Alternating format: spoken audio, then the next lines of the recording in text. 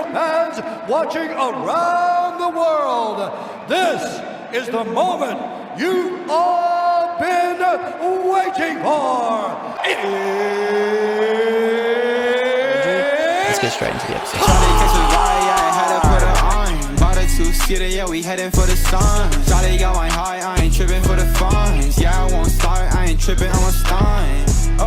Alright, y'all, today's a Monday, and Mondays are for Docs. Thank you for clicking or tapping, and let's start today's spew. And guys, you've read the title of the video. I'm very happy to be welcoming to Doxcast for the very first time. This is Dean Tromans.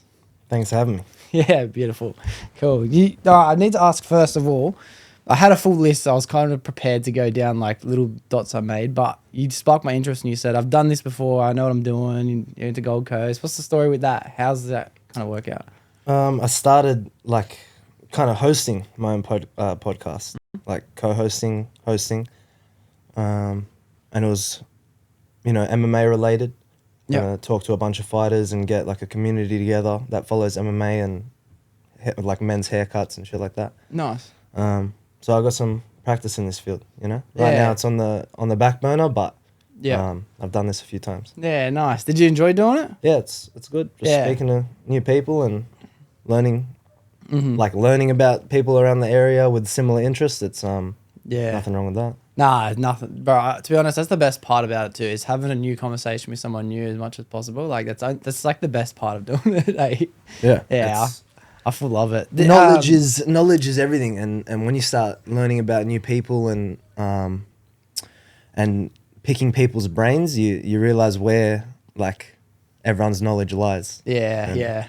I find myself finding commonalities with people, and I find like things like say the last episode I filmed was a lad named Luke Saunders, and if you haven't watched it, click the link in the description below. He was talking about his pursuit in music, and he makes things, puts on Spotify and all these things, and it's like I found so much relation to the same things I'm doing in my life that have nothing to do with the same fields. Like there's so many correlating factors that go on top of it, and I find that with everything, to be honest. The more people I talk to, I'm like, we're doing the same thing. Everyone's doing the same thing. That's right, and I notice it as well in my own life, like with MMA.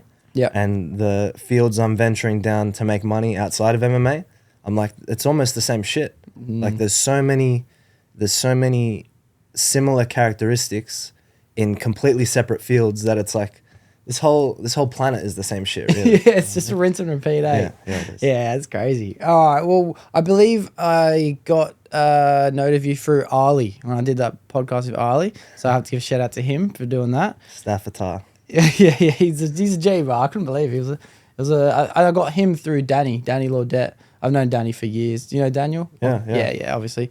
So I'm obviously aware you trained together at ATT. So let's take us back to when you first got into training in the very first place. Step one was like I was probably 11. Yeah. And, Wow. And I went into a kickboxing gym with my dad. What was it? Cars Hill Bulldog Gym. Stephen Stuart McKinnon. And I always had like a fascination with it. I'd watch the adults class. I was a kid and I'd just be shadowboxing the combos they were doing on the side. But at the time I was playing football. Yeah. Soccer. For Yeah. Apparently because we're American, It's fucking ridiculous. To be honest, when you said football, I thought you meant NRL. I was like, No. The proper football. Yeah. And then I stopped kickboxing. Like I became obsessed with football. And then about 4 years into that, I started Taekwondo, did it for 12 months, really enjoyed that. And then I pursued football until I was 19. So that was 10 years in that sport. The last 4 of them was 2-a-days practice, and I learned how to be a professional athlete. And then I hit 19 and I had a conversation with myself and I said, fuck this, I'm going to MMA. And what made that big change? Because they're completely two different fields in general. You love doing it. You did it for 10 years. What made you want to do that? I've got this delusion about myself that I'll achieve whatever I put my mind to. So exactly what I was talking about in the first thing we're talking about, bro. Yeah. So I had a conversation with myself. 10, 11, 12 years in one field, if I do it every single day and I obsess over it, I do it more than everyone, I'm going to be the best in the world at it. So I said Do I want to be the best professional footballer on the planet or the best professional fighter on the planet? How do I want to make money for my family? What legacy do I want to leave? And I said fighter. So I had the conversation with my dad, and he's seen his son play football for 10 years, already established in the semi-pro scene, like coming up, you know, saying, I've really only stepped foot in the gym 2 or 3 times in my life, saying I'm going to be a world champion. It's delusional, but they're the people that achieve things. You know? So of course. I just pursued it full steam. Yeah, dude, that's so sick to have that mindset at 19. You say 19 is when you decided that? I had it at 16 because Wow. initially, like I was playing football I went and did a full-time program, Homebush Boys, and that taught me how to be a professional athlete. So then I also read The Law of Attraction. So after those 2 things mixed, and I was actually 15, in my head I was like, fuck, I can achieve anything now that I've like learned the value of work ethic and belief or faith. Yeah. So then that year when I was 15 to 16, it switched from can I do this to telling everyone I'm going to do this. This is my path. That mentality then just like as I got older, I switched fields then. And then I went to this gym called Full Force. Spent a little bit of time there, but it's only a striking gym.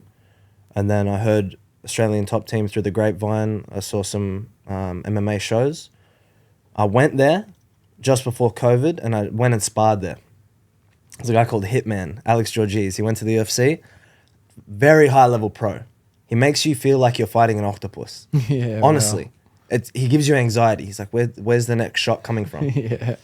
He dropped me with a knee to the body. Oh. Right? I was laid out. I was like, you motherfucker. Got back up, kept sparring.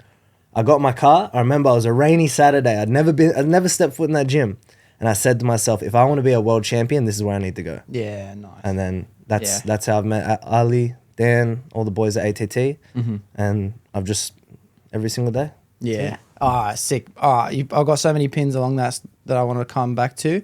First one was when you learned at 15 to 16 what it meant to be a professional athlete. What was it that this course or program, however you want to call it, was instilling in you to give you the knowledge? Like, oh, this is what it takes.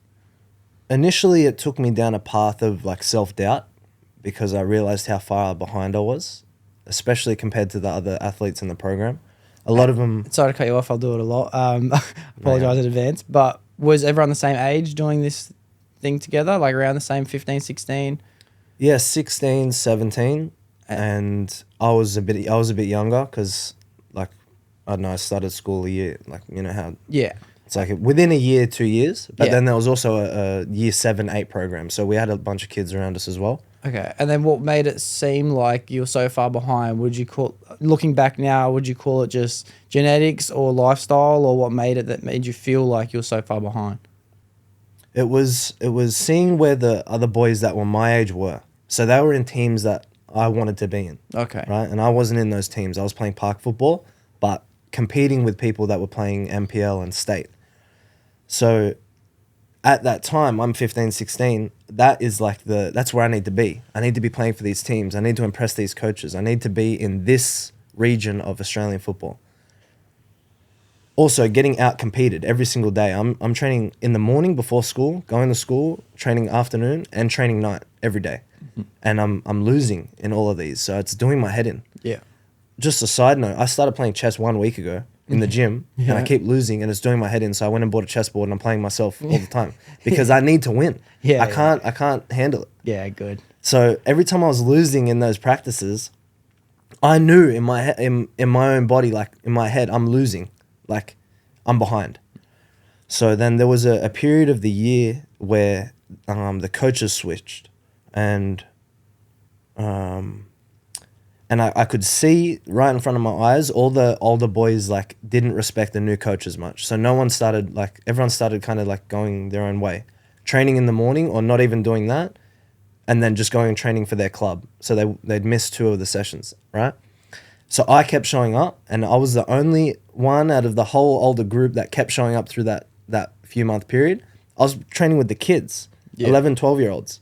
But in my head, I was like, I'm still here. I'm still here. I'm still here.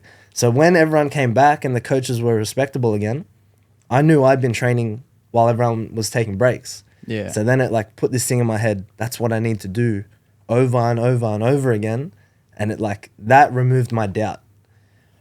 I don't even know what you asked, but that removed my doubt that it's through work ethic, you know? Yeah. That's the Kobe mentality. That's kind of how I define that. But to be honest, I would say it's a little bit of a blessing, but it's also, you have to thank yourself for it at the same time, because there's no way at 15, 16, even 19 when you made these decisions, I was anywhere near the self-aware capability to be able to have this thought process in mind. Like, I'm 25 now, and I'm only just starting to understand it for the very first time. So I think you've obviously propelled your habits and your lifestyle in a good trajectory forward since making that decision. And I'm still curious as well, that initial point of belief where I know that I can achieve anything I want to achieve, because I know what that feels like. I have that word delusion that you used as well. Delusion's a good word to call it, because I'm always battling between, is this destiny or am I delusional, you know? But I think they're two in the same thing, you know? The law of attraction, what was your main takeaway from that book? Okay, you know what? I'm going to answer your first point there. Where was the initial belief, right? And it only just came to my mind now. Like, I've thought about this throughout my life, but there was a time where there was a very important thing that happened in my mum's life, and we got like moved around, right? So I spent all this time in just like this random room, and I was watching Kobe videos. I was watching motivational videos when I was like, I think probably 12, 13. And I swear, I was just doing push-ups in my room, push-ups, sit-ups, planks, whatever, just 11, 12, just watching these videos. Mm-hmm. I always had that.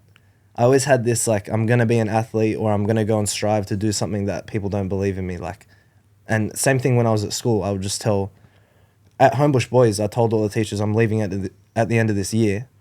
So don't worry about marking me. Like, don't worry. And I didn't even have a plan to leave. Yeah. I just told them that. So I could just watch football videos. Yeah. You know? Sorry, what was that question again? Question was like, what was the main takeaway from the Law of Attraction book? Initially, I turned the book down. My mum gave me the book, and I was like, I can't even fucking read it. And then I couldn't put it down. So I started to mess around with it. Okay, like if this is true, let me like manifest some things into my life.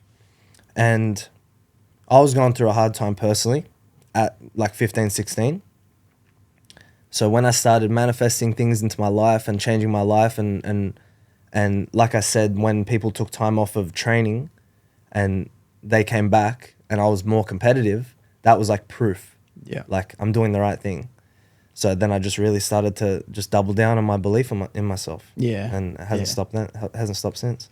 It's crazy what belief can honestly do. Like, belief is the underlying factor that drives the entire planet. If there was no such thing as belief, we wouldn't have any invention. We wouldn't have any company that exists. Or religion. Yeah, or religion. Yeah, faith. 100%. Yeah, faith. It's all stemming from that same thing. And I kind of determine it as your imagination. It's actually the imagination that drives everyone forward.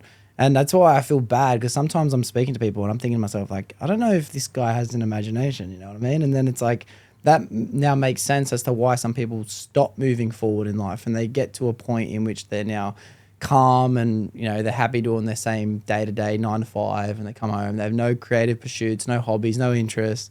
It's because the system kind of wants to remove your imagination out of your life, you know what I mean? Like 100%. Yeah. Like my little sister, she's 15, right? They just got her to do a speech, playing a role as the UN ambassador in front of an audience, bring up a problem that's happening in the world right now. So I listed off a few. She's like, nah, I can't do that. I said, what about the school system? And in that speech, she says, the school system is there to produce modern day slaves, not entrepreneurs and creative thinkers. I made sure she said that. Yeah. Because that's the truth. Yeah. It wants to produce people that are happy with mediocrity. Yeah. Not people that are free thinkers, creative, because then that's going to create people that believe in themselves, create people that want to change the world for the better, and ultimately that's rebellious behavior to the system. That's overthrown. Yeah. That's yeah. right. And that's how I look at school as well. I'm glad we have that similar mindset. I look at school as practice for a life of being told what to do, instead of what I believe school should be doing, and that's allowing the students to find their answers in their own ways. And I got to be honest with you, bro. I don't know if I did anything in school. Like, I don't remember ever doing a single assignment, a single assessment, any work. I was fortunate enough that I had a missus for pretty much every year I was at school that they would kind of do my work for me in class. Like, I was actually very fortunate in that sense, and it's like, I hate to sound cocky about it, but it's like, I know, and my mates as well, we are killing it compared to all the kids at school that were told and they just listened. You know what I mean? We are constantly going after more instead of being happy with what we are given. Yeah. And I think that's kind of, if there's any good thing that comes from school, it's like, and someone said this to me a few podcasts ago, the kids that got C's and D's, the kids that got A's and B's in school will all be working for the kids that got C's and D's, and they'll all be working for the kids that got E's and F's. You know, and bro, that's the most accurate thing I've ever heard, because it's not, and school is there because you learn how to learn, and I do appreciate that fact of what it is. But more importantly is you separate the sheep from the shepherds, you know, and that's it's crazy. So were you helping your little sister do this UN speech, like, for the entire thing? Yeah. And she was the first person, I was the first person that she came up to about this. So she knew I'd have good input on this. Yeah. Probably because of the shit I ramble on about at home, but Yeah. like, that was flattering. Yeah. You want a speech to the UN, as a UN ambassador, UN youth ambassador, about something important, and you come to me? Yeah. Perfect, I'll help you out. Nice. Well, I'm happy to see if we can go any more deeper down these things that you ramble on about at home. Happy to go down that. But before we get there, I wanted to talk on the fact that you are training at ATT at the moment. I've been in and out of fighting. I haven't been doing it now for, to be honest, so long now that I can't call myself training at all.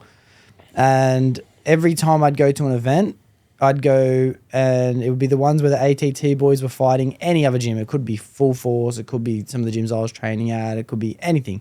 ATT used to win every single fight. Every single fight. I always knew it growing up. I remember I went to one. It was only 10 fights that night. And I was training out of Live Well at Rouse Hill at this time. And ATT won 10 fights in the first round, 9 of them knockout. And I was just... That was my first indication to what that gym was. And I was like, oh, okay, we obviously know who's crushing the industry right now. How often are you training there? And who is your main inspirations at the gym? Right now, I'm training 2 or 3 times a day, every day. Jeez, whoa, my God, that's way more than I was expecting. That's insane. The only time I'll take, like... I heard this quote a while ago, and it takes confidence to take a day off.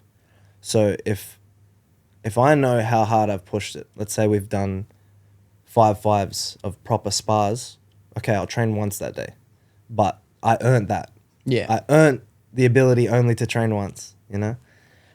And motivation in the gym, it may sound like arrogant, it may sound selfish, but this is a selfish sport. I don't have motivation in the gym. The motivation is me. The motivation is my family. I know what I'm here to achieve in this sport, and like I mentioned earlier about what happened in that football program, if there's 1 or 2 people on the mats, I'm going to have the same motivation as if there's 120 people on the mats. I'm here to get better. Yeah. You know, it's in here. Yeah. Yeah, no, that's a great answer. And it is a bit of selfish is one way to look at the sport, but it's more of a lonely sport than it is a selfish sport, because even though you have a team of people you train with, at the end of the day, you're the only person that can get in and defend yourself. You know, it's not like soccer when you had team to rely on. It is and that's the relation that I find in a lot of things. Like, most endeavors are a lonely sport. This whole planet is PvP. Yeah. The whole planet is. Yeah. Every single thing you do, someone has to lose.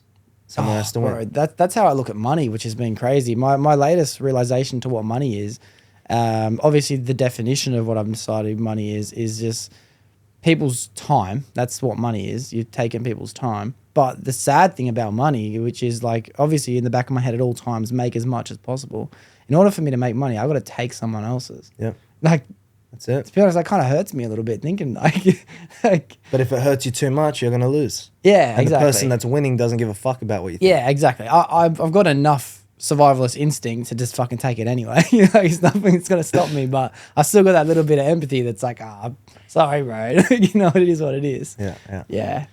If you're training 2 to 3 times a day, obviously your health and fitness outside of training has to have a massive part in that as well. How much do you look after your diet, nutrition, things like this? I'm on a consistent like 80 to 20 or maybe 85 to 15 for a good diet to bad. You can't out-train a bad diet. So if it's 50-50, I'm eating shit to good, like I'm going to get more injuries. I'm going to perform worse, you know? So I've got like a pretty simple but like, yeah, just easy to maintain, pretty clean diet. And then I'll have my snacks here and there. Obviously like 85 to 15, I deserve like a few snacks when I'm training 3 times a day. Yeah, Like, yeah, of course. if I the amount of work that gets put in to achieve what I'm trying to achieve, if I have half a block of chocolate one night, it's not the end of the world. Yeah. You know? But Yeah. the main thing is sleep.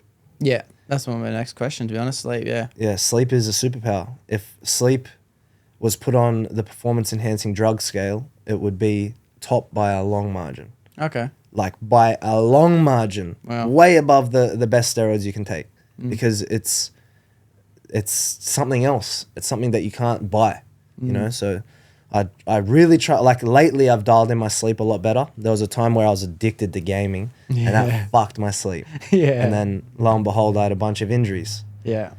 What does that really? You have to track back the steps of where you're making the mistakes, and then eliminate the distractions that end up making those wrongdoings in your life, you know? So sleep, food, they're pretty in check right now, but the main part that I'm in shape, and I know I'm in shape 100%, is in the mind. Yeah. And that should be the thought for every fighter or every competitor, is if I'm 80 or 70% fit, as long as I'm 100% fit in the mind, I'm chilling. But if it's the other way around, I've got work to do, you know? And how Keep would it you here. how would you define the work in the mind? Like obviously things come into play like discipline and being consciously aware of the food you intake. But what am I missing that you might be thinking as well that makes your mindset what you call 100%? Action. Yeah. So it all goes hand in hand. It's like a circle. Doubt is removed by action. But then what is your cause for action? It's thinking the right things. So then how do you have a clear mind? Getting the good sleep, eating the good food. It's a circle. So it all goes hand in hand. So like when you ask a specific question like that, in reality, I could answer it in a bunch of ways. Like food, sleep, training, everything like that. But really when you're training this hard and when you have faith 100% that what you're going for will come to fruition, like how's my mind not in the right place? Yeah. You know? Yeah. Like I believe 100% where I'm going and I'm working what I believe is harder than everyone else to get there. Yeah. How's that going to fail? In terms of sleep, how much sleep are you trying to get every night? Are you the type of person that says 8 hours, 7 hours, 6 hours? I heard a fact, and it's like the amount of people that can operate on 6 hours of sleep, the same as 8 hours of sleep, times rounded up, whatever, it's 0. No one can operate on a lack of sleep. And everyone says, I can get 6 hours and I'm fine. No, your cognitive function is suffering. There's so many things in your brain that is suffering. I really, really aim to get over 7.5 every night. And then the times I get 9, 10, it's a bonus. It's topped it up, you know? So if I get 7.5 for 5 days straight, but then on the 6th day I got 10, like that's good because you don't have to, it doesn't have to be in day cycles. You can think of it in week cycles, but you can't go too far behind before you get that big catch up, you know? Yeah. So it's between 7 and 10. Yeah, okay. And I try and like maneuver my schedule around that to make sure that I've got that. But there was a quote, and funny enough, it's by a world champion, Sean O'Malley. He said, "I'm pound for pound the best sleeper in the UFC." That's what he said. Yeah. And he focuses on sleep more than everyone. That's what he Yeah. said. Yeah. And would you look at where he is. Yeah, you know? yeah, of It's course. no mistake that he's a world champion. That's a fucking great quote. It's funny because that people do believe that people can survive on 6, and I've had that mentality for a lot of my life growing up because I did similar things. Or I'd be up playing games, or I'd be up watching movies, and I wake up Or working early. night shift. Yeah, working night shift. That's something that I started about 2 years ago almost, and to be honest, that just taught me another lesson where it's like, oh, I can survive on 6 hours sleep. I can get more done in the day. All of a sudden, your sleep schedule's out of whack. And then all of a sudden, I believed I could survive on 4 hours sleep a night. And that's what I was doing for a year straight. Yeah. I was going night shift, and then I would go work day shift. And then I wouldn't really train or anything at that point in my life, but I would still find time to be able to enjoy myself as well. And I was getting 4 hours sleep for months. And then one day I just broke, bro. And it's like I had the cognitive ability to be able to function at work. I could get done everything I needed to get done. Mm-hmm. But then my insides just started hurting, bro. Like I mean, one night it was so bad that I had to just get into my car and tell the boys, I'm sorry, I need to just. I sat in my car in the fucking fetal position, and I'm just like, what the fuck is going on?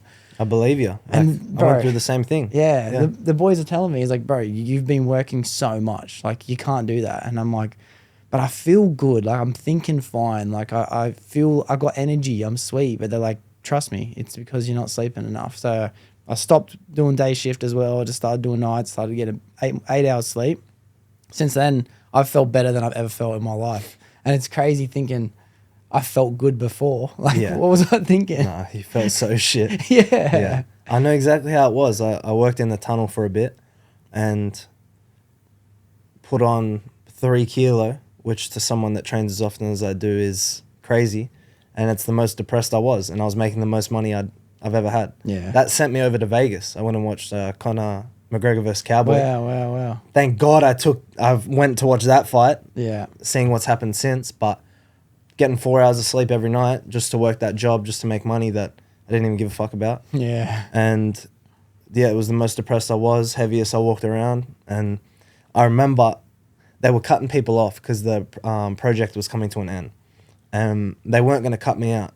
And I said to one of the supervisors, fuck, I wish they were going to take me out. And he goes, yeah? And I was like, yeah, like, I'll go right now. Yeah. So he sent me to the front, and I went to whoever was running the whole job, and I said, look, you're going to cut some guy who's got a family to feed, and this is his main thing, and it's not even my main thing. I'm waiting to go to the gym. I need sleep. Like, I don't really care about this.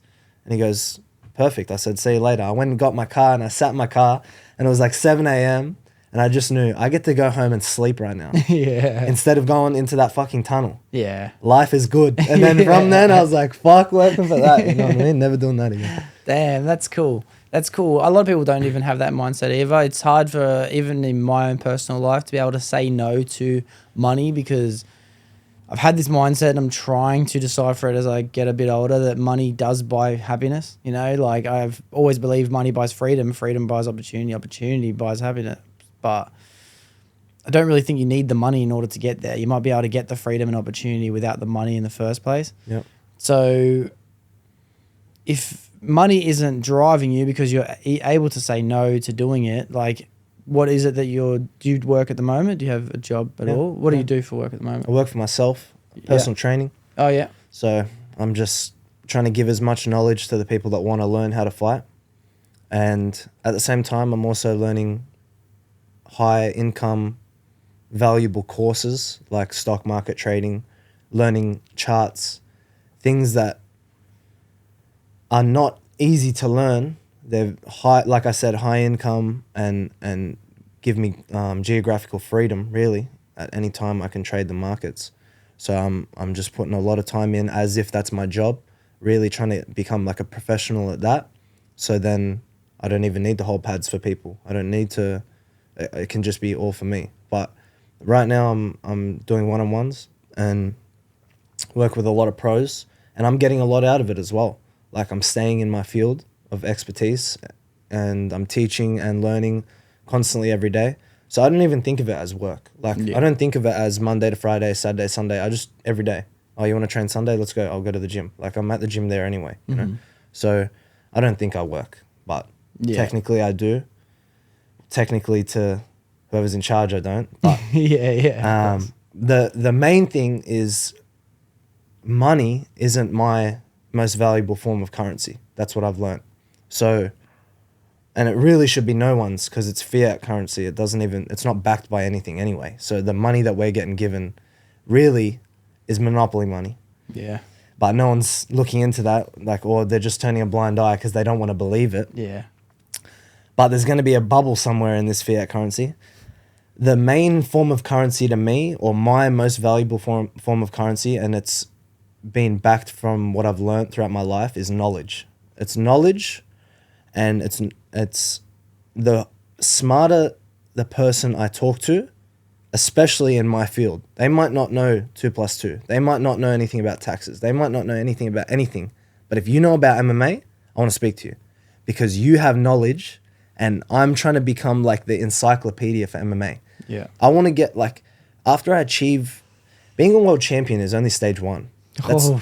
That's not even like, my man. My parents go, how do you know you're going to achieve? I'm like, that's the first step. I've got like 6, 7 steps on this ladder. Yeah. Like, that's going to get done, and then it's on to the next one. I want to be 60, 70, 80, and I'm like, I live in a dojo in the mountains or something, and people need, like, I'm looking for the next Dragon Warrior, you know? I want to be an encyclopedia for MMA, and everyone, when they speak to me, they're like, this guy knows his stuff. There's no questions about it. What, you got a chance to speak to Dean about MMA? Fuck, what'd you learn, you know? Yeah. Because knowledge is the highest form of currency. Yeah. That's it to me. Teaching is one of the most fulfilling parts of existing, honestly. The learning is step 1, obviously. The more you learn, I've always said, the more you learn, the more you earn. It's not just with currency, but it's with knowledge as well. And teaching is reaching, because when you're teaching someone, you're actually reaching for more information. It's also learning the human condition and how to relate to someone, and the power of conversation and understanding how other people's brain operates. It goes a lot more deeper than just the field you're talking about. You also have to learn about human interaction at the same time. Teaching is just as valuable as learning it for the first time. And then as a tradesman, what we learn is like, the apprentice might ask you a question, and it might be the dumbest question, but it's like, you really have, and you might know the answer. It might be a simple thing like, this is on, this is off, right? But then you have to really think about, what does it mean to be on? What does it mean to be off? Why is it there? Why is it not that? And then how do you explain it in a way that, like, an idiot can understand it? Yeah, exactly, you know? right. And I've been surrounded by some intelligent people in a terms of like, they can really understand what's happening in electricity or something like that. Yeah. But I have no idea what the fuck this guy's saying. Like, he's basically speaking Chinese. I don't know. I don't understand. And by learning it on my own, watching him explain to other people, it's like, oh, I kind of get what he's saying now. He just isn't intelligent enough to be able to understand that we're retarded. You know, like, he's not as smart to know that. He thinks we're all as smart as him. Yeah, yeah. You know, so it is honestly a powerful tool to be able to teach someone, and to have that 60, 70 years old up in the mountains and have people, oh, you got to speak to Dean. That's the best end goal I've heard so far doing the podcast. That's where I see myself going, because where I've taken the steps I've taken in this short amount of time, being absolutely obsessed with this sport, I know where I'm going, and I know the knowledge that I'm going to obtain over the next 40 years. It's, as I get older, it will become more valuable, because everyone will realize there's only a finite amount of time that I'm on the planet, and there's going to be youngsters like me that, who's the number one guy I need to speak to about MMA to become like that? It's going to be me. Yeah. It's that simple, because I'm more obsessed than anyone about this sport. Yeah. And I understand, like, I might not retain information about other things. No, I know I don't. Like, people will tell me shit, and then 10 minutes later, I'll be like, wait, what were we just talking about? Because I'm in my own head. Yeah. But if you say something about MMA, that's locked in. That's written down in a book somewhere in my brain. You know? What makes MMA so intriguing for you? So to take that step in the first place, to go from like, I know that I can become one of the greats of soccer, football, and you're like, I don't really know if this is what I want my legacy to be. What made MMA that thing?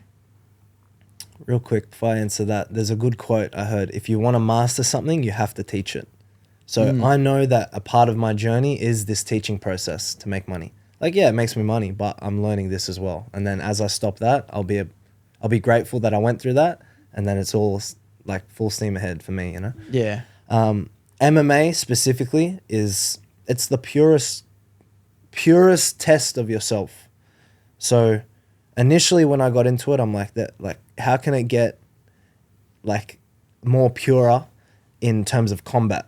You go in there hand to hand, you got no weapons, it's just you and him in a cage, and one person gets let out, you know. It's like there's something about that. Yeah, it's primal as. That's right, especially in men. Like we need something like that. Yeah. And when it's that one-on-one, and it's that if I lost, it's up to me.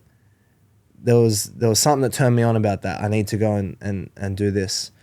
That's the ultimate game of chess, bro. You just said you're Yeah. starting to play chess. Like fighting is just chess in real life. With your chin on the line. Yeah. The consequences are your brain, but Yeah. you need to play chess better than everyone. Yeah. And that's what I'm understanding. Chess. There's so many different things. Trading the stock market, someone has to lose, someone has to win. It's all the same shit. you know? Yeah. But yeah, sorry. So it is the most. So it is that primal instinct and test that you want to be able to hold against yourself that makes it so intriguing. But what makes the sport so interesting, since you're so invested in it with time, like you're basically the encyclopedia, as you say, like to try and absorb as much information. Is that only for the pursuit of becoming the best, or is that also because you find it so interesting in the first place? Oh yeah, I can't turn it off. There's my whole camera roll is full of fights, clips of fights. Yes, a part of it is the pursuit of being the best on the planet, but I don't know. I just can't switch it off. Maybe there's something wrong with it as well. Maybe it's a downfall at one point. You know, everything's balanced, and I always say it is on this planet. Everything's balanced. So maybe it gets me into trouble a few times, but I wouldn't be looking at it from a sense of it might get you in trouble. If you find something interesting, like I think run it as hard as it can possibly be ran in the what I'm first doing. place. Even if it's not for the pursuit of champion, if someone finds, I don't know, electric motors or even diesel motors or V8s, anything, if they find interest in that, just learn it as hard as you can until the point where it's like now you own your own one, you can service it yourself, fix it yourself. Like they don't need to have this crazy end goal. I think we find interest in things to give us purpose, and the purpose might not even be for a crazy end goal. The purpose might just be for something to show up and do every day. actually, I know how to answer that. I'm a perfectionist. I know that. Like even when I was a kid, I would always draw, and if I would mess one thing up, you know, art is that's part of it, you know, like the mess ups are part of the art. Nah, to me, I was like, this thing's fucked. Like the whole thing could be so good. Nah, I'm starting again. That's how I am. And MMA, you can never perfect because it's constantly evolving. So if you think you've perfected MMA, you're going to lose your next fight, or you're going to lose full stop, because it's constantly evolving. And not just like skill for skill, but the meta or whatever's the best at the time, that will then evolve. So then the counter to that, if that then takes over, the counter to that is different to the previous one.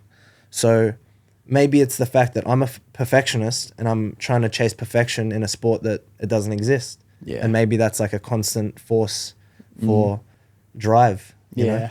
I think perfect, the word perfect is something that I've always battled with. My best mate and I, Luke, used to always argue, and I was on the side that nothing is perfect. Perfect is a word to describe something that can never be attained, because it doesn't matter if something's perfectly measured to a certain millimeter. You can always zoom in further and you've missed the mark. It doesn't matter if something's perfectly plumb or level. You open that bubble big enough and it's no longer level anymore. There's no such thing as a perfect person. There's no such thing as a perfect ending. There's no such thing as perfect. So to chase perfection is just another way of describing like the constant need to improve, the constant, you know, and that's a fucking great trait. No one should ever lose chasing perfection. And even in a sport, like you say, it doesn't exist anywhere. If everyone chases perfect in every field, imagine the level of human race we'd be walking amongst, you know what I mean? We'd be fucking in the stars already. What's our biggest thing as humans? It's our brain. Yeah. It's the fact that we're intellectuals. That's how we take out the animals that should rip us apart, right? Yeah. Yet everything is about dumbing that brain down. Yeah. So yeah, To be honest, I want to go down this avenue because I can see this is a big way of your thought process, you know, 100%. the system that we live in. Yeah. You also, because we touched on it when we talked about school and the society we're built on, what makes you think and believe that the society that we have is trying to stop us from reaching our potential? The proof is in the pudding. Like, you just look around. This isn't our potential. Our potential is so many years and years ahead of where we are right now. Like, I read something a while ago, and it was like CIA files on how the brain works and how manifestation really works, and what parts of the brain trigger when certain things happen in the mind. And I truly believe it. Like, we create our own reality. Yeah. So if this is the reality we've created, whoever's in charge of creating this one is not here for the benefit of us. Yeah, of course. They're for the benefit of them. Of course. And to be honest with you, bro, as soon as I get to that end point, I stop being mad, bro. I start to have respect, you know what I mean? It's like, bro's killing it. Sneaky like, he's actually motherfuckers. killing it. Yeah. Yeah, they've got everyone locked down. Yeah, and I understand that we live in a society that tries to stop us from achieving, just because of the fact that we have built a society now where, in order to survive in the homes that we have to be able to afford, you have to give up more than 38 hours a week now. Like, coming from my own experience of going through the process of, you know, getting the mortgage and becoming a home owner, you get to a point in which you have to realize, like, man, for me to continue this pursuit in just owning my own home in a comfortable place to live of safety and security, I can't afford it on any salary. Like, to be honest, I was having this conversation with someone yesterday. Shout out to my mate Sahil. You can't, a doctor can't afford the house he lives in. It doesn't matter what fucking career you choose to go down. You can study for 10 years. You can become a leading engineer in any field. You will not be able to afford the home that you bought. No. You know, and that's, I don't know if that's necessarily a board of elites who have pinpointed what we can do to be able to maintain as much control as possible to keep a slave society, or if that's just a repercussion of every individual person on that need to be able to get money to take someone else's. You know, it might not be an elitist, Illuminatiist form of tyrannical control. It might just be that every single individual person is out trying to compete every single other individual person. And no, there's no coincidences. It's all about control. It's all about power. It is. That's the most simplest form, because when you have that control, when you have that power, like, who's going to overthrow you, you know? So if you try and dumb down everyone's most powerful tool, that's the easiest way to retain that power. If everyone knew really the power of their own mind, the whole society would be different. Yeah. And not even just like with material things, not even like, oh, live in a futuristic utopian type of place. No, like a peaceful, blissful society. With, emotions, and like everyone's emotions would be different. No one would get mad at traffic and all the dumb shit, but you're right. You're so right about that. And to be honest, as I was saying it, and you cut me off to say, which I'm glad you did, to say there's no such thing as coincidence.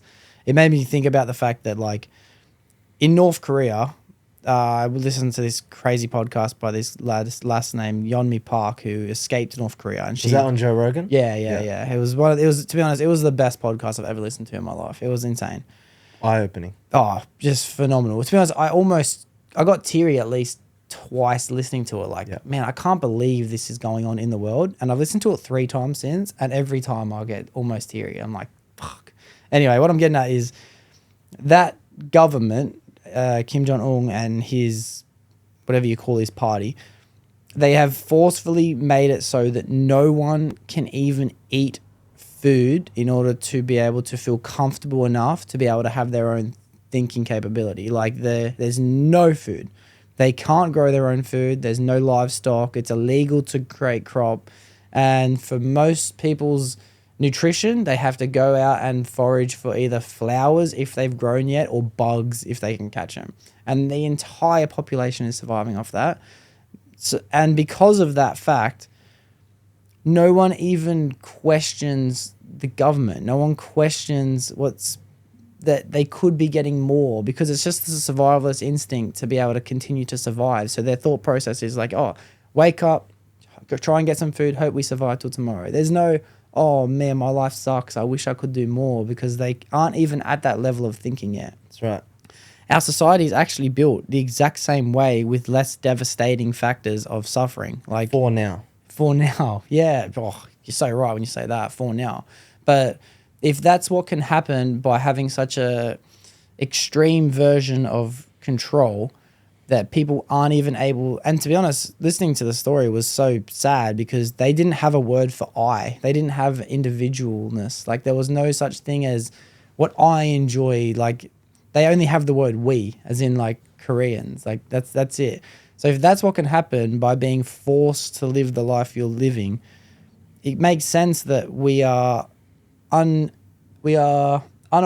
of the fact that we could be getting more, but we just aren't able to reach that level of consciousness because we are forced to wake up every morning, go to work, give it our 38 hours, come home, pay the bills. Like North Koreans' version is food, salvation. They don't have the energy to think about more because they're so focused on food, right? So it keeps them, they don't even think about the government, like you said. We're in the exact same system, but with money. Like everyone, they can't think about it because I need to go to work, otherwise the government's going to take my house. And even if I pay the house off, if I don't pay land tax or whatever the fuck it is, they'll take it anyway. Even you never really own it. Yeah. So if you never really own it, we're not living in democracy, we're living in communism. Yeah. So, yeah. And what's North Korea? Like, that's why I said for now. Yeah. We live in this exact same, it's just not as extreme yet. Yeah. It's not as You know? extreme in forms of fighting for survival day to day. It's still the same concept of slavery, you know? Yes. Damn, I didn't think of it from that way. Their food is our currency, like our money. As is money. All right, well, I've got a question for you then. Okay. It's that,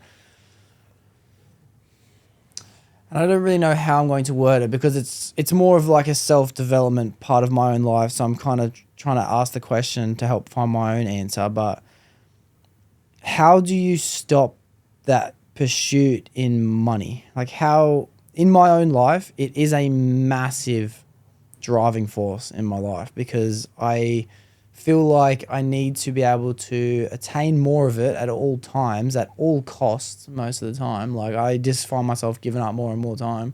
I work nights all year. And then when I'm not working nights, I'm out of Sydney because there's more money to be made down in Canberra. And then I'm there fucking 5 nights a week. And to be honest, it's come at a lot of costs in my own life in terms of relationships and friends and family and things like this. Even health at the end of the day.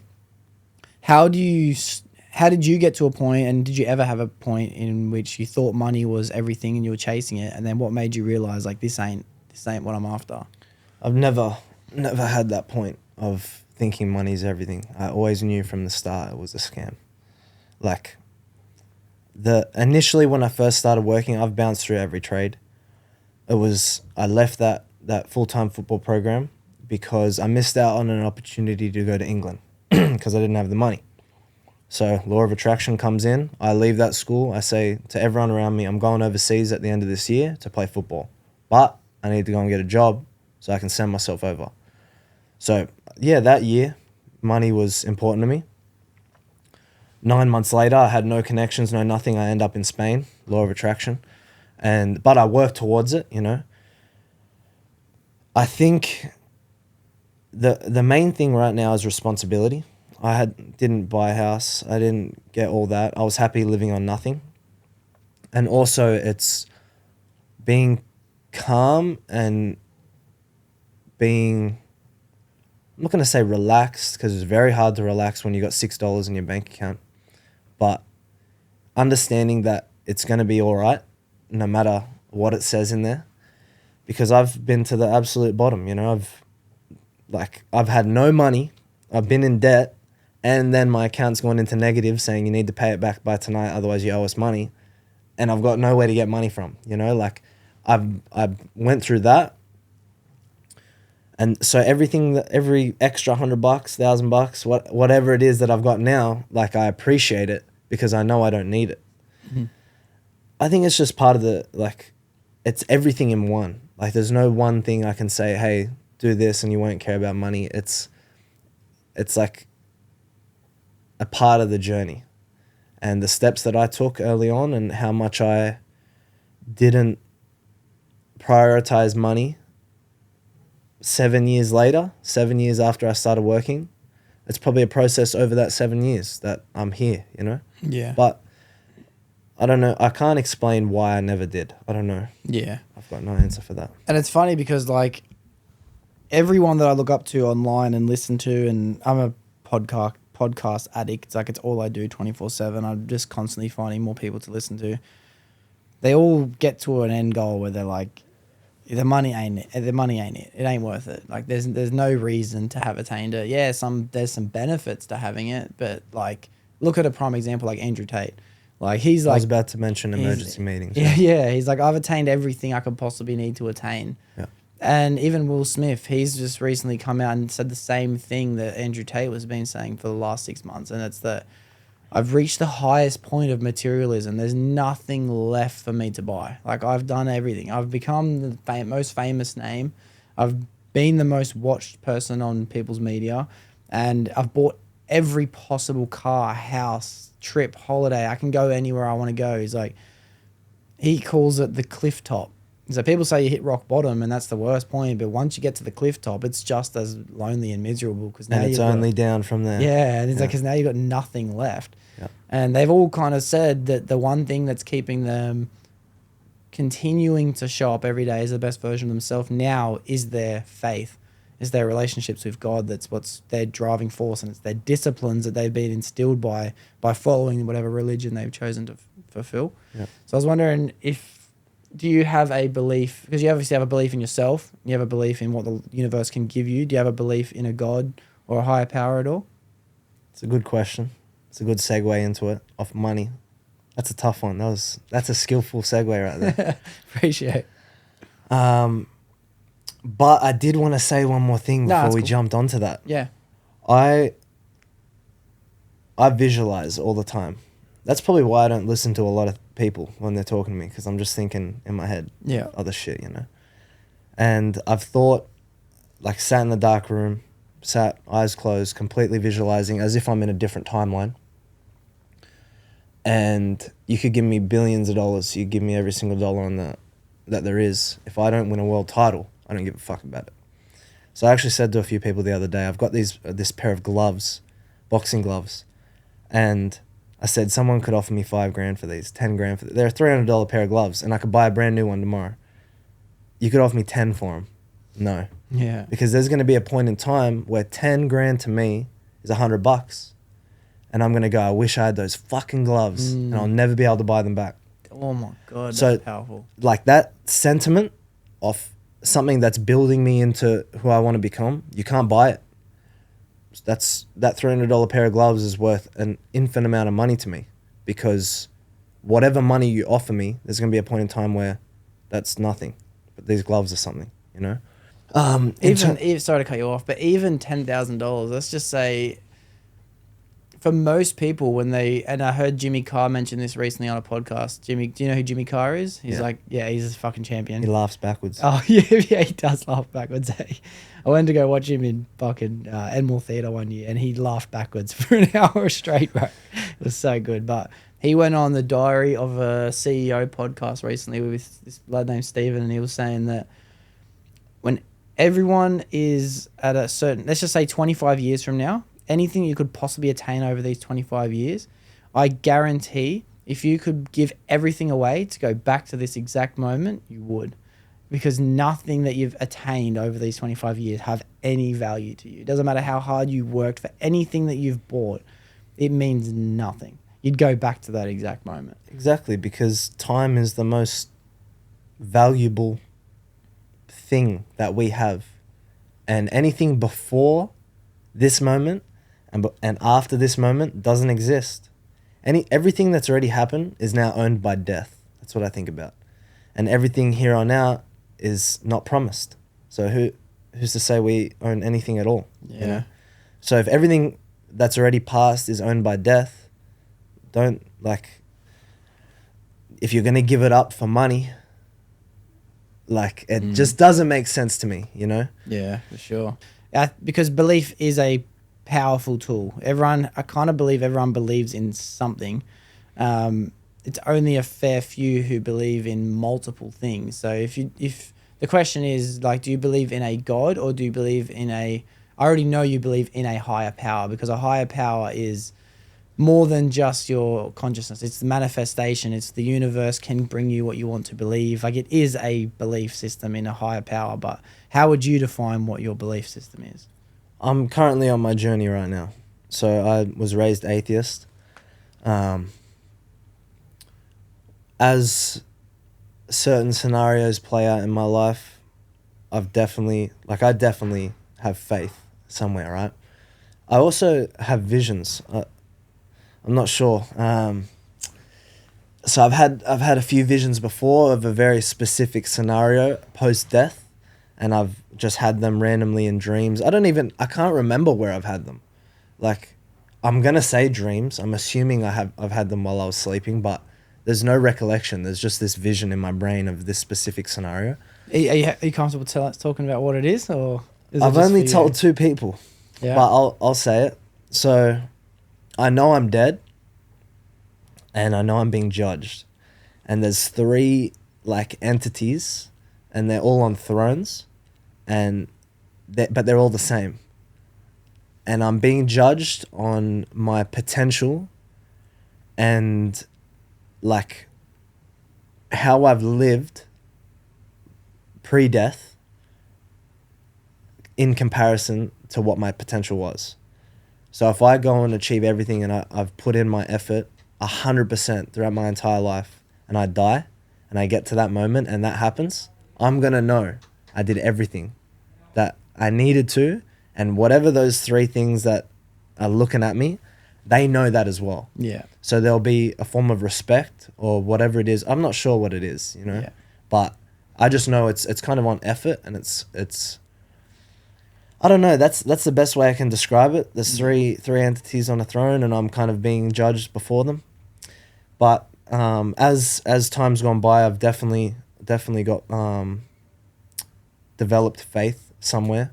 Whether that's an energy, whether it's Jesus, whether it's Allah, I'm not sure yet. I'm in the middle of my journey right now. I've got a lot of Muslims around me, and I've got a lot of Christians, Catholics around me. I think I'll definitely navigate and find one, especially after being raised atheist. I just know that there's, and Andrew Tate said it before, like, you just know, because there's so much proof of demons and the wrong side of it. That's balanced. There is another side. So I'm not sure yet. I definitely have faith in a higher power. Like I said, whether it's energy, whether it's a specific god, whether it's a Greek god, I don't know yet. That's for me to find out. And in due time, in whatever power it is time, it will be shown to me, you know? It's sick that you have the open mind in the first place, because a lot of people who have been born and raised atheists, they will shut out the idea from even being a possibility. And if that curiosity meter does spark, they're easy to shut it off and just say, look, I can't lie, it's possible, but I'm choosing not to believe it. And that's all belief is at the end of the day. Belief is a choice system that you choose to go down or not. No one who's the highest believer of all time, it doesn't matter whether you're Mary herself or whether you're a local communal pastor who's preaching the message of God, no one is certain. Everyone's just choosing to believe it or not. And an open mind is honestly my only advice, only because I believe having a belief in a higher power is a very beneficial tool to guide your own life. I don't know if it's more beneficial than having 100% self-belief. I don't know at what the way someone else should choose to live their life should be, but I think having a belief is a self-beneficial tool at the end of the day. Yeah, and even if like God doesn't exist, just the idea of God is beneficial. Yeah. Like if everyone believes and lives strict to whatever book has been written, it's going to create a better society than if people don't believe it. Yeah. So that's kind of proof right there. Like even if there's, I'm not saying there's a man in the sky, Yeah. but even if there's no sign of a higher power, let's say, just the idea of it, just the belief of it, Yeah. proves that Yeah, of that's course. the better way to live, you know? Yeah, in it's my opinion. and that's all the Gospels are trying to tell us at the end of the day. Like, and this is where I found my faith in general, because I was the same. No one in my family is religious. No one I know growing up even talked about what God is or anything like that. I ended up moving to a private school at like 14 or something. I went there for 2 years, and that's when I first met anyone who was churchy or biblical or anything like that. And that kind of sparked my interest in the first place. But it's quite living proof that by the way you live your life is self-beneficial. It's discipline, it's showing up, it's habits, it's what you have to do. And there's also a bunch of things in which you can't do, which comes into play of like diet or staying up late and playing video games and have to get enough sleep and have to show up and teaching and learning and all these things. They're driving your life in a trajectory forward. The Gospels are just telling people to do the same thing without giving them an exact definition of what the substance is that they're going towards. It's like, this is what you can do, this is what you can't do. If you live your life followed by rules and guidance, you will have a more beneficial, fruitful life. And it's the relation between all the things that make it so obvious to me too. It is the balance in which you say where, like Andrew Tate says, if you see so much demons in the world, there's so much evil going on, there has to be every force has an equal and opposite reaction. That's Taoism. That's everyone's been explaining that with yin and yang for millennial. And then when you said, I don't know whether it be Jesus or Allah, that makes me think, well, those books are saying the same thing. They've just used Jesus or Allah as their guiding principle. Everyone's believing in the higher power at the end of the day. And the thing that I think is the most interesting is that we talked on manifestation, and that you will be able to create the life in which you live in. And part of manifestation is actually throwing it out to the universe. It's speaking it to existence. It's telling people, going from, oh, I want to achieve this, to this is what I'm going to achieve. That is what manifesting is.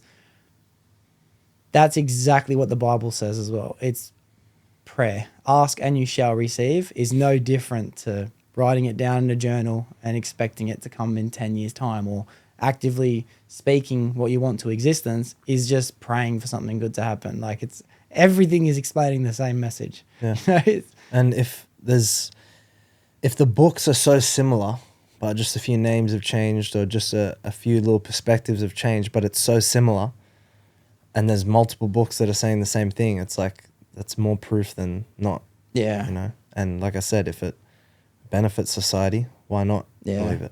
With your perfectionist mindset, which I find a lot of relation to, it'd be very interesting to watch you go down an open, curious path on religion in general. Because if you say invested so heavily into MMA, where you're just an encyclopedia for every bit of information that can come your way, I'd love to have a conversation with you in 10 years' time and see what you've deciphered from going down different biblical ideas and principles. Because the more you go into it, dude, the more interesting it really becomes. Like, the story of Jesus is actually the same story of Horus from ancient Egypt. It's exactly the same story. The creation in the Bible is exactly the same as the ancient Egyptian creation of the universe. Like, it's, the more you learn, the more interesting it gets. And to be honest, you just find more and more proof that there is something. I just have no fucking idea what it is. You know? And we're too small, like, to be the one to find it. Yeah. Like, and we just need to be comfortable with that fact that we're just a little pawn in this entire game, you know? We aren't that power, and Yeah. like, just relinquish that power. Just live good, and Live to your best capability. It's at the end of the day, that's what everyone's trying to tell everyone to do. Live to your true potential. I was curious too before when you mentioned chess, and you use it as an example as to, like, well, you have to be able to win. You can't handle losing, and you want to be able to. The person you were playing against, are you still continuing to play against that person, even though now you've bought your chessboard and you're playing by yourself? Yeah. Are you still playing that person? Yeah. Are they still beating you? Yeah. Yeah, good. I'm only 5 days in. Yeah, okay, good. I'm putting up a fight now. Yeah. But everyone's still beating me at the gym. There's a good 5 or 6 people that are better than me, and Do you play with Danny? Yeah, I versed him once. Yeah, he's and good. I threw away my queen like a minute in. We just Yeah. finished sparring. I'm gonna make an excuse. Yeah. I was dead. I was fuck it. And then he took my queen. yeah. I'll get him, but Yeah. Danny's a good chess player at the end of the day. I find that feeling you're going to get when you've beat those people that have been beating you, that's one of the greatest feelings ever. And then what I learned by playing chess is, because I was getting thrashed for fuck, bro. So, oh my God. It was from Danny's oldest brother, Damo. Have you ever met Damo? No. He's a beast. He's one of my, he's basically like an older brother to me. He would just thrash me, smash me, and then eventually I got to a stage where I just started just running through him. Like just he'd get the shit so hard, and it just became such an even competitive playing field.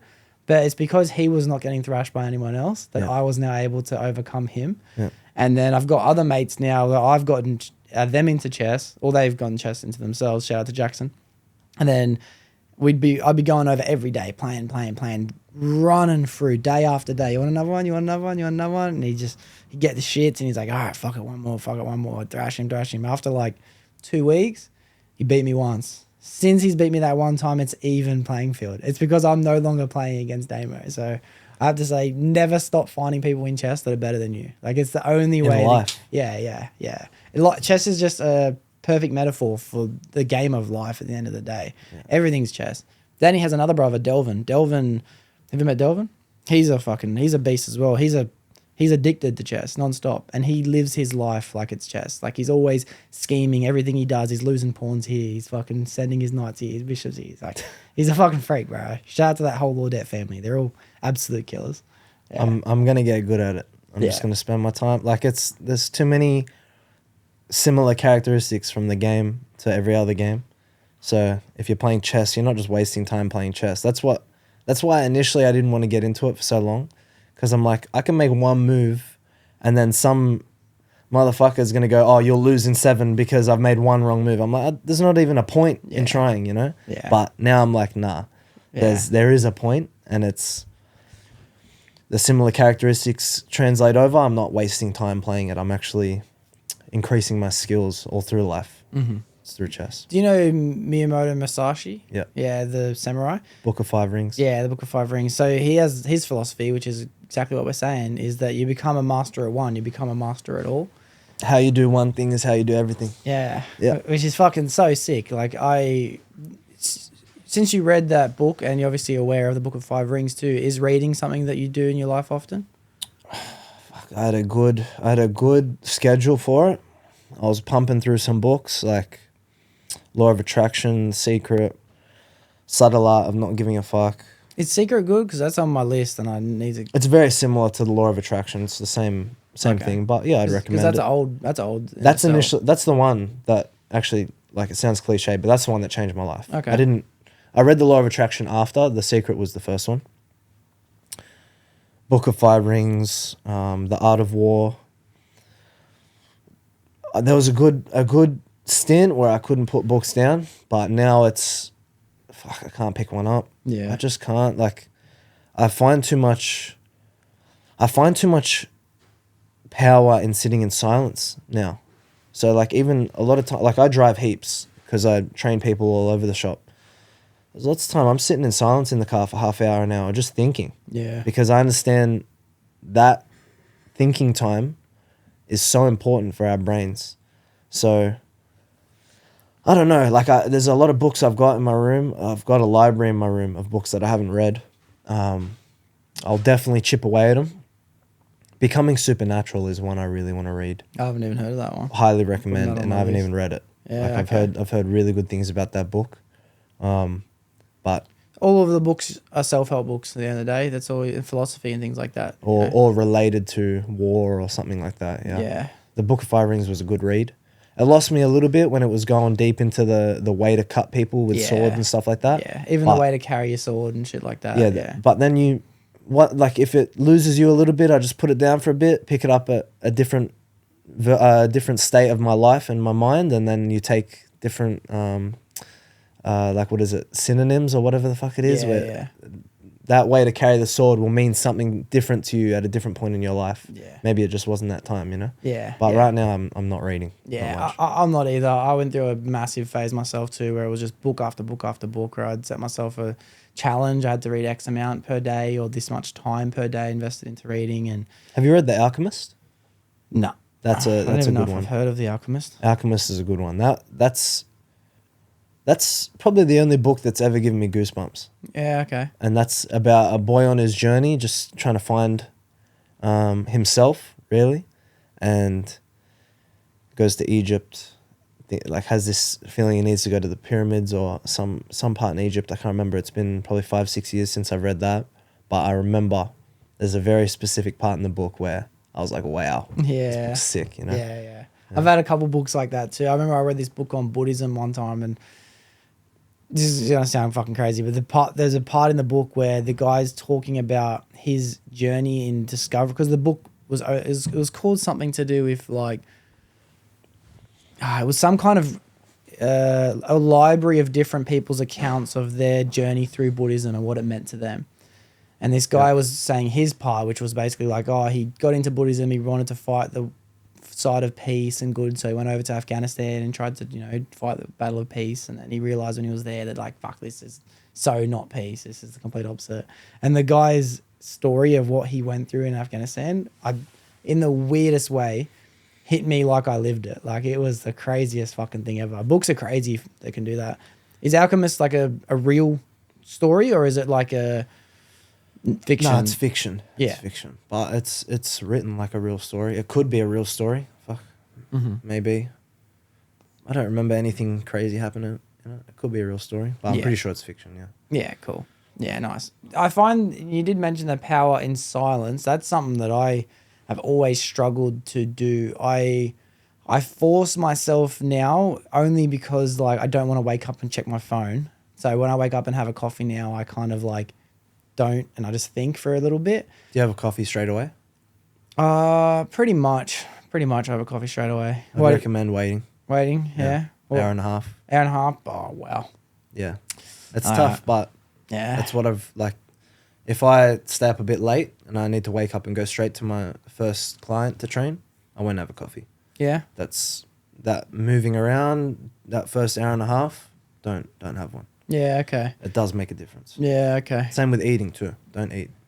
Don't eat as soon as I wake up. Yeah. Your body has its own things like naturally to wake up. It's got its own like version of caffeine to wake you up, and then you don't want to spike your blood sugar too early for your mind. There's a lot of things. Yeah. Just give it an hour. Even just 1 hour before you eat and have a coffee. Yeah. Makes I'll a give it a difference. go. I'll definitely give it a go. I won't disregard that. It will be a challenge for me, but I won't disregard it. Definitely. In that period though, when I am sitting in silence, it's, without trying to sound too fucking like sad boy type shit, it's like that's a fucking difficult thing for me to do, and I don't sit in silence ever. Like when I drive, it's podcasting. When I'm at home, it's editing, or if I'm editing up until the point in which I sleep, I put on something like to listen to as I fall asleep. I do not have silence in my life. So why do you find the power in being able to think, and do you not feel like you can think whilst carrying out tasks? Or You can't. We cannot multitask to the level that we believe we can. Silence it's golden. That's the saying, right? That's what the government wants out of you. They want your brain to constantly be distracted with things you think are important. But if you really do have issues sitting in silence and it becomes like Suicide Boys music starts playing in your head, you know what I mean? Yeah. That means you've got your own little demons to overcome. Yeah. Actually, that's funny you said that. I just put a story up like 10 hours ago. All of men's problems stem from the lack of being able to sit in a room alone or something like that. That's the quote. Some Yeah. shit like that. But I just posted that on my story. Yeah, well. We need to be able to do it. Yeah. And once you do it, you may think of the most mundane, dumb shit the first time and then the second time, but you'll eventually start picking out different parts of your brain, and you'll see things differently. It may take a few hours over separate occasions, but You might think of new ways to improve your podcast. You might think of new ways to do specific things. It's powerful. You should do it, definitely. Because I know it's an entire different thing than meditation. Meditation is trying to think of nothing, which is, I do practice meditation when I get the chance to do it. Like I say, if I'm in a sauna, or if I do make myself do it for 5-10 minutes every now and then, like, I understand the purpose, and it's to remove thoughts. It's just to be thinking of the same mantra over and over again, whether it be I'm calm, I'm safe, or whether it be I'm me, I'm happy, or whatever it is. It's a complete different thing than actually sitting in silence and allowing your thoughts to come in. Well, I actually I think meditation has been put too much on that, like, tight, you can't think of anything. I'd class it as meditation. When I run, I class that as meditation, because at about 1 or 2 kilometers in, I stop thinking about what I'm thinking about, especially when I run with no music, and the right thoughts will come. And, like, I don't know, that's the way I think of meditation anyway, because there's only so long you can stop them. And then you go, wait, let me go down this path. Let me go down this path, like, mentally, you know? Yeah. It's honestly, that's the hardest balance, I feel like, out of any pursuit in life in general. It's navigating your own thoughts, because how long do you ponder on those thoughts? So do you let them ride out until they're finished riding out, or do you try and correct your thoughts into a better way of thinking to make yourself feel better in certain moments? Like, what thoughts are we talking about? It might just be like, I'm not saying it's a bad thing to have accountability, but you might be constantly stuck on accountability. And I believe it's good to be able to blame yourself for anything that could possibly happen to you, because then you can best navigate to make sure it doesn't happen again. But it's what everyone should do, because it is all our fault. Yeah. It's all ours. I agree. And I'm the first person to put my hand up and say I am responsible for the situations I'm just being like given. chess. Yeah, of course. But then how long do you go down that? That might be why it's hard to sit in silence in certain points, because it's like, I'm happy to take accountability at all times. And then for me, the easiest way to bring myself to make myself feel better about any situation is like, right, now let's stop and let's move forward. Silence is a constant reflection. You know, in my opinion, that's what silence is. And silence might be different for other people, but for me, the chase in moving forward doesn't come from silence. It comes from constantly filling my day up with tasks to achieve. The reflection period is like, okay, now what am I responsible for? What's gone wrong, you know? So that's why silence in my life isn't necessarily such a big thing that I'm trying to achieve, because I'd rather just constantly try and go forward. You know, does that make sense? I use silence to go forward a lot. Okay. I think I've reflected, well, never like reflected enough, but I'm definitely not in the part of silence where I'm trying to take responsibility or like having fights in my head or anything like that. Look, this could sound crazy. It probably fucking is, but the crazy ones are the ones that achieve things, right? Yeah. Man, I've had full on press conferences in my head of what it like. I'll be listening to a press conference for fighting, and then a reporter will ask a question, and I'll just pause it, and there could be half hour left on my trip, and then I just continue the press conference in my head as if I'm there. Yeah. I'll answer that question in my head, and then it just goes from there, you know? Like it you could have podcasts in your head. Yeah. I do. Yeah, I do. Trust, I do. Okay, who is your ultimate guest? Who's the one person you want to pick their brain? I wouldn't say, and I've always tried to decide if there's one person. I've just got myself guessed that I know I can attain in the next year by working towards them. The end goal is there is no one that stands out above anyone else. That's why I can't do it. No? I'm happy to have conversations with everyone I look up to, whether it be someone as big as Joe Rogan, who would obviously be an ultimate guest, you know. But at the end of the day, I don't know if I'd rather have the conversation with him on my podcast or whether I just like to have the interaction in person, just because like I feel like I've done it. Yeah. So have that in your head. Yeah. Sit in silence, but with the knowledge you're going to go down the path of having a conversation with Joe Rogan. Yeah. And then you don't have to force anything. Just sit there and you might not even think about anything. But then you're going to say, then you'll think of a question. You might sit in silence, just sit in silence with Joe Rogan in your head. Mm-hmm. You're just sitting in silence with him. Then you're going to ask something. Yeah. There's going to be something that comes along when you really believe you're sitting there with him. And then it's going to go from there, you know? Yeah. I think maybe it's just a navigation skill of what I believe silence is then. maybe silence necessarily doesn't mean reflection. Silence might also mean manifesting at the same time, you know, or just yeah, definitely. I'm gonna take that into account. I'm gonna take But that. be careful, it's dangerous. Yeah, I trust, bro. I trust. Like, I know No, it's you dangerous. get addicted to it. Oh yeah. Yeah, you'll Yeah. like. Tom Hardy said a quote. He said, "Fuck, I do not have it, but I know there's a quote, and it's something about solitude, and it's addictive, and it is, and that's like honestly, like self-analyzing right now. That's probably why I've been single for so long, because there's so much. I take so much value in silence, and I would be happy just to sit in silence. If I like you as a person, I'm happy to just sit around you. Yeah, Like, yeah. because I'm happy to just sit around me, Yeah. you know? Yeah. And that's, bro, I fucking relate with that too. To be honest, I think to myself when it comes to having a partner or a missus, am I willing to give up any of the time that I enjoy spending by myself? You know what I mean? Like, it's kind of. But are you really ever by yourself if you don't sit in silence?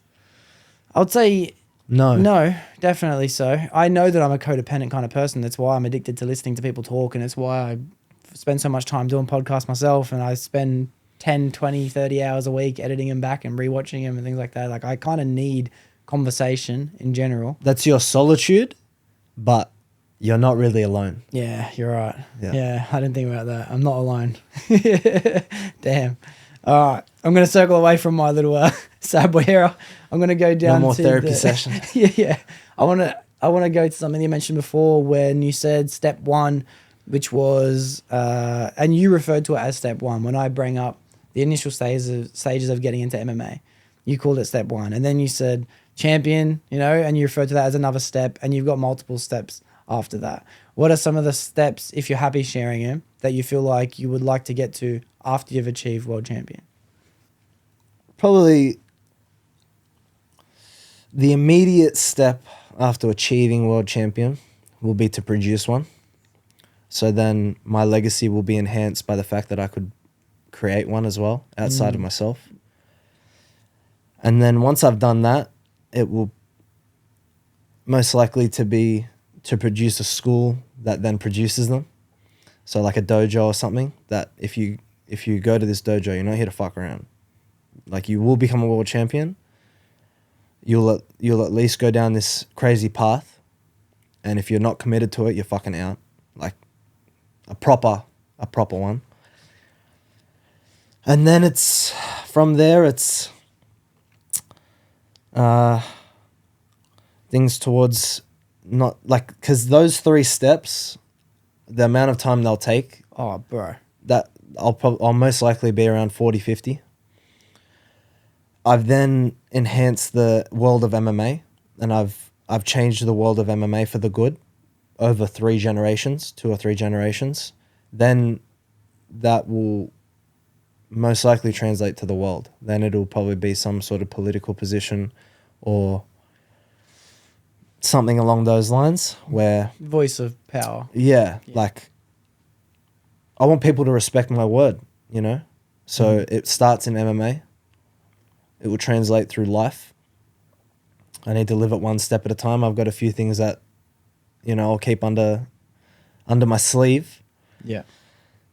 because it's one step at a time. Who knows? I could achieve world champion status. I could go to produce a world champion, and I could be like Customato, and I produce one, but I don't even see him become it. Yeah. You know, it could be something like that. Anything could happen, but it's those are the first 3. It's me, a prodigy, and then a school of prodigies. Damn, that's insane. That is fucking insane. And think of that. If I achieve that, then it's like when people say the word Tromans, like that is the encyclopedia. Yeah. That is the most respectable name. Like right now, It's it's like Gracie. Yeah, Gracie. Yeah. They left a legacy. And honestly, look at the Nurmagomedov name right now. Like every one of their prospects, it's like they have a combined losses of like 2 and wins of like nearly 100 or some crazy shit. Yeah. That's Abdulmanap, Habib's dad, has left a legacy that's like almost untouchable. I didn't you know? realize it was from his father. Yeah, so this was all Habib's dad's plan. Now imagine Habib's dad was also a world champion himself. Like that. Yeah. But he didn't do that. So I want to produce greatness, you know? Yeah, that's in order to get to these steps. Let's go back to the present moment today. How many fights are you? What are your next steps like towards the end of the year? Do you have fights coming up that you're preparing for? How often do you plan on having them? Is it something that you want to do an X amount per year, or just until you feel like you're in the best shape to do so? Are you waiting for opportunities? Are you creating opportunities? What are you going to go through to get through the next step? Ultimately, it's the secret is hidden in my daily routine. So, like, I'm playing the long game here. I could not fight for 2 years. It doesn't matter. I will be way better come 2 years' time, you know? It's in the routine. I feel I'm ready to fight at all times. I actually, like, there's fights 10 weeks. There's a lot of boys that are going to want to train with me and hold pads with me because I hold pads for pros a lot. So I said to my coach, how about you get me a fight in 2 weeks? And then I'll fight. There's also fights in July. If I come out unscathed, I'll fight again, and then I can help all the boys for the August 10th fights. Instead of being on the card with them and focusing on me, I can fight early, get mine out of the way, and then help them. Ultimately, it's in my routine, and if I don't fight for the next 5 years, I don't really care, because the person you'll see in 5 years will be like that elite, you know? Yeah. Because it's in training. Yeah. And I fight every day. Like right now, I've had 6 fights under my belt. That's been broadcasted to an audience. Like we fight every damn day in the gym. You know what I mean? There's proper fights in the gym. Yeah. And that's where your doubt gets removed. It's by that action. So it doesn't matter. Like competing, I compete every day. So the fights that are like UFC to me doesn't mean anything. I couldn't give a fuck about the UFC, honestly. I actually have a pretty good idea, and I've said this from the start, that I'll turn them down first, the first time they come knocking. But maybe the timing doesn't happen like that, but I could see that happening, because I don't want to enter the UFC when I'm UFC ready. I want to enter the UFC when I'm world champion ready. So the moment I enter, I just destroy everyone, and my career, my legacy immediately is built on finishes, not close fights. Yeah. So then that's the same with going pro. I didn't ever want to turn pro when I was pro ready. I wanted to turn pro when I was UFC ready. It's like you reverse engineer it. So I know the level I'm at right now, and I know around the time I want to turn pro. And right now it's just about getting as much experience as possible before I turn pro, taking all my losses either behind closed doors or on the amateur scene. And the more losses I take, the higher I'm going to go. It's like trading. It's like charts, right? There's two movements. There's the price phase when it's going up, and there's the accumulation / pullback phase, right? That's the fuel in the tank. The longer this accumulation phase after the last price move, the more fuel in the tank for the next price move, right? So if I need to stay in this accumulation phase without any fights, I'll stay here as long as I need. But in reality, over a long period of time, I'm going up. Yeah. You know, all my experience right now, I'm taking my losses in the gym. I'm taking my hard fights in the gym. That's why my confidence is through the roof. Even though I'm only 24 with 6 amateur fights, like that's not where I'm actually at. Yeah. You know, and when everything that has been done in the dark comes to light, I know where I'll stand. Yeah. And I'm going to stand at the top of the tree. Yeah. And that's a big, I would call it misconception that I feel like a lot of people might have, and that's that the fighting itself and having those stages to perform at in front of people is what gains the XP to create prolific fighters. You know, it obviously takes a massive factor, you know, the real world XP. But if you're having those intense training sessions at the gym every day, and to be honest, you're training at probably the best place to be doing it at anyway. Definitely. You might not need to be going out there and showing up for an easy win against fucking some gym that's opened up in fucking Wollongong or some shit. And even then, I could lose to that shit fighter, because anything can happen. And then imagine I lost to a shit fighter, which has happened, that I know skill for skill I'm way better than, but I showed up on the night and lost. And then imagine I took that personally. Oh, this isn't for me. Like, look what I would give up, you know? It's like the amount of amateur fights I have, I'll probably get another 4 in before I turn pro. And that's whether I lose all 4 or win all 4. Like, Yeah. it doesn't matter. Like I said, what matters is my routine day to day, and it's all in the mind. Like skill for skill. Skill for skill, I know that when people watch me fight, remember the name of the sport. It's mixed martial arts. It's, to me, it's not just fighting. It's my expression. Like Bruce Lee says, right? You're expressing the truest form of yourself, and you're doing so to a massive audience, right? Yeah. But I'm expressing the truest form of myself every day, whether I'm with an audience or not. So I know when I get to the top of the tree, people are going to watch me fight and go, this guy's different, right? Think of how Conor changed the game, because the way he fought was so different to everyone in his time. Think of John Jones. He was ahead of his time. Watch what happens when I get to the top. Yeah. I know the people I'm going to take out, and I know the way I'm going to do it is going to be so spectacular that you almost become a myth. Yeah. Because it's like, how did he do that? How did Conor beat Jose Aldo 25-1, 10 years undefeated, only featherweight champion, come and talk shit, say he's going to knock him out in the first round, and then does it in 13 seconds? Yeah. That's like something that's out of a book or a movie. So then that enhances your greatness level. Even if you're not the best fighter on the planet, greatness and best to me are different. And I'm chasing greatness. Yeah, You know, yeah. even if I may lose a fight or 2 or whatever, people will watch me and they'll think differently of MMA as opposed to someone that just fights like everyone else, but maybe he wins all the time. Yeah, and it is all in the mind. It is all taking a 100% accountability to know that you're giving your truest and most purest form at all times, 2 to 3 times a day, which is phenomenal. I heard Dana White recently talking on Flagrant that came out only a couple of days ago in our time. By the time this comes out, it's a little bit old. And he was saying that Conor has the greatest mindset out of any fighter to ever come through the UFC. And that's why he was able to go through a knockout. What's his Aldo, whatever his name is, in fucking 13 seconds. Yeah, with that. Oh, what a fight too. And the way he manifested that knockout and prepared for that knockout, and it's what he was going over in the locker room before he did it. Like, And he truly believed it. Yeah. Everyone called him crazy, and he truly believed that would happen. Yeah. And it happened even better than the way he would have thought it. yeah, You know, that's the game.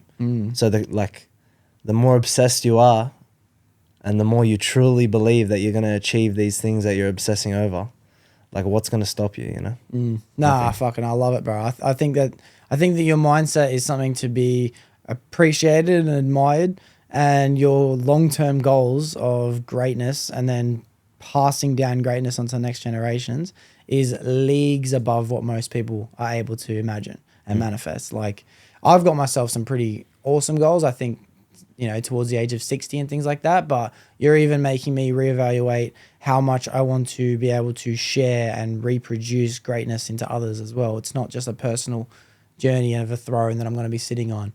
You kind of sit amongst like-minded individuals when you get to the top. And then if you've helped create those like-minded individuals, your respect amongst them is, you know, you're the coach. Yeah. Like, whether you're actually coaching them or not, you're like a coach of their life. So then if they achieve greatness, who are they going to, like, say that was the person that drove them to there, you know? Yeah, definitely. If I've learned anything over the last 2 months, it's that in order to reach the places that you want to reach, you can't just do it on your own.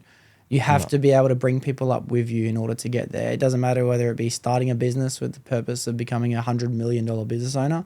You need to have the initial people to make that journey with in the first place. If you want to become a champion in any form of endeavor, you have to create like-minded individuals around you and ride that journey to the top. And then them. compete with them. Compete with them. It's as obvious as what a long-term, happy, successful marriage is.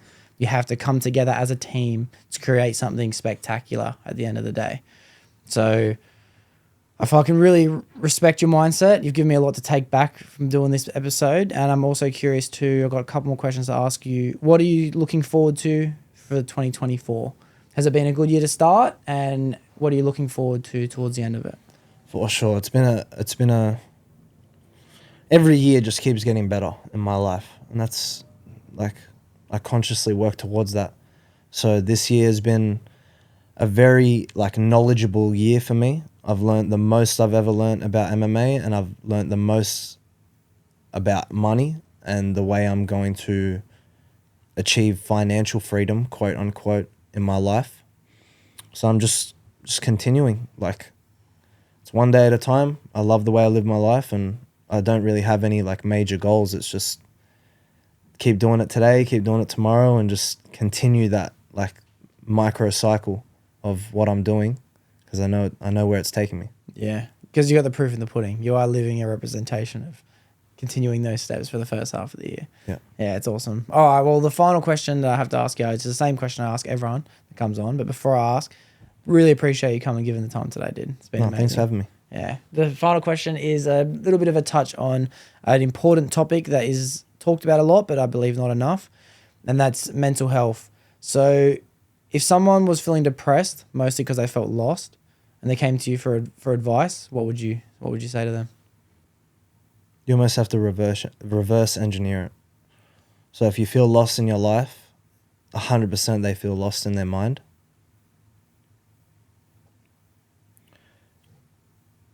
And if you feel lost in your mind, you need to do the digging in there. It would be things like sitting in silence.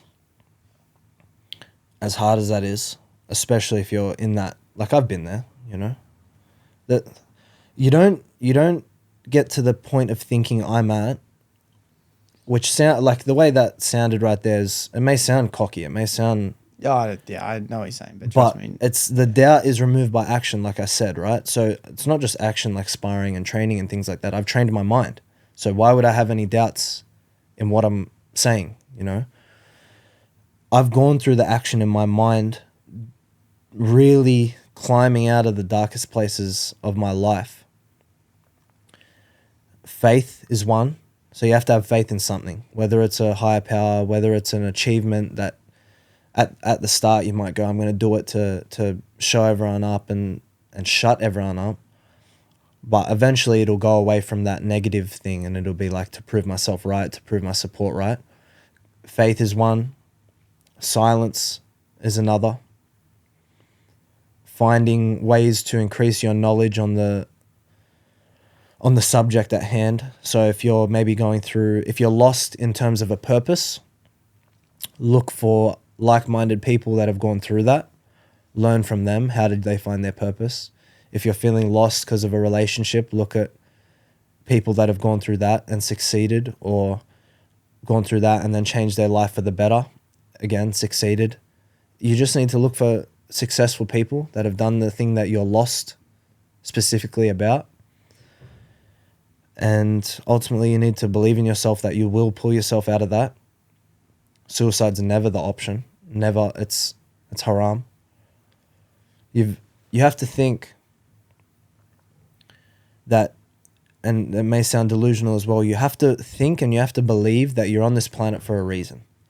Whether it be to support your family, take them out of certain places, maybe your community, maybe your country, maybe the world, right? It doesn't really matter. But you have to really believe that. Purpose is like at the root of like every man's soul. We need a purpose. So if you're lost, think, do you have a purpose? And then if you don't, some people never find their purpose. But I can guarantee those people don't really feel fulfilled. You need to find your purpose. So look at that. What's my purpose, truly? If money didn't exist, chase that. That gives you a structure in your life. Work on your mentality in the silence. What was it? It was conversations with like-minded people for ideas, books for knowledge, and silence for thinking. Something along those lines. And that's it. Speak to the people you love. Be open with them. It's a recipe, you know? You don't cook a 5-star meal off one thing, so I wouldn't say one thing, but it would be something along those lines. Those things just came off the top of my head. If you asked it a different way, maybe I would have said different things. But it's definitely purpose and think, you know? Yeah. Dude, the recipe metaphor at the end was a perfect way to sum it all up too, because you just listed off multiple different ingredients that take someone from feeling a certain way to feeling better, you know, and lost and depressed from a place of no purpose is a pretty common trait, which is why I asked the question, because I feel like every single person will at least experience it at least one time in their life, you know? Surely. And it isn't just one answer, which is why I'm glad you listed off multiple, because it is a contraption of multiple different things that are in your life that aren't necessarily reaching their fullest of potential, you know.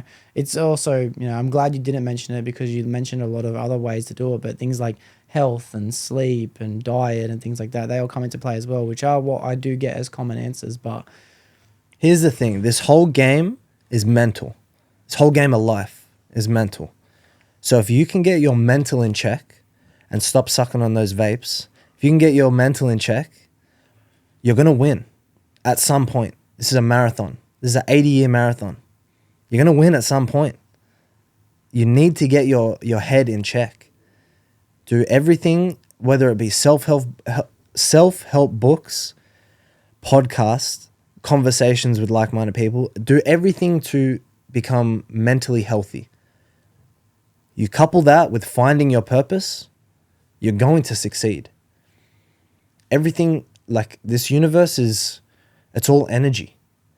So if you're putting out this energy, I'm depressed, I'm lost, you're going to continue feeling like that. So even speak delusionally. If you're depressed, if you're in a dark way, nah, I'm happy. I'm happy. You know why I'm happy? Because I'm healthy. Because if I wasn't healthy, the first thing I'd be asking for, I wish I wasn't sick. I wish my foot wasn't broken. But then you're not sick, your foot's fine, and you're still depressed. Now it's something else that's wrong. Constantly look at the positive. Our brain is the most like spectacular thing like on this planet. We can literally create our own reality in front of us. Yeah. It may take a year, it may take 2 years, it may take 10, it may take a month. You could see changes in a month. But if you have your brain in check, you then start to form your own reality around you. How can you lose? Like it's like a video game. Yeah. And I'm the writer. Or like a movie and I'm the writer. Yeah. It starts in the mind. Yeah. We're not just the characters of our own story, we're also the narrators of the book at the same time, which is fucking unbelievable. It is crazy. The power of the mind is one of the most... I don't think it should ever be understood. I think it should be there for interpretation because it is the belief system in which what drives us all to do anything. It is the belief system in the fact that you're depressed that keeps you depressed. It is believing that in delusion, belief, they're kind of two in the same word, you know, it's kind of the same thing. So you can delusionally say to yourself, like, I am happy, I am healthy, you know, even though you're feeling depressed. At the end of the day, you're just choosing to believe the other side of the coin. That's how I started. Yeah. And then if you do truly believe that, you're just going to, maybe if it's 1 action a day, 2 actions a day, you'll start making little changes. And then over years, you will see that. But again, faith. You're depressed, you're down, have faith that you're happy. And you will become happy. Yeah. Nah, dude, I couldn't have asked for a better podcast. I'm really grateful for this episode, truly. I have to give a shout out to Ali for hooking this up in the first place, and then another shout out to Danny for hooking it up originally. I see greatness in your future. I really do. I see for what you are believing in yourself, it is extrapolating, and now those ripples are starting to affect other people as well. So I appreciate the mindset you've got and the life that you live in because it's also beneficial for other people as well, including myself. And I can't wait to do another podcast in the future and be able to be like, yeah, he said what he was going to do, you know? I can't wait for that. That sounds good to me. Yeah. I'm keen to see this grow as well. If you really have taken anything out of what I've said, then you will continue to grow as well. And that's like an analogy to what I'm saying about producing world champions. If I live as a world champion, just the people that speak to me will benefit and grow along that way. So if you really did take things out of this episode, then I'm keen to see this grow alongside my growth. Yeah. You know? Yeah. Beautiful. Well, as I said, dude, couldn't thank you anymore. Thank you for having me. Yeah, gang. All right, well, for everyone listening, thank you for making it to the end of the episode. It was another amazing episode this week. There'll be another episode next week. That's a wrap. That was a good one, huh? Yeah, we heading for the sun. Shawty going high, I ain't tripping for the funds. Yeah, I won't start, I ain't tripping.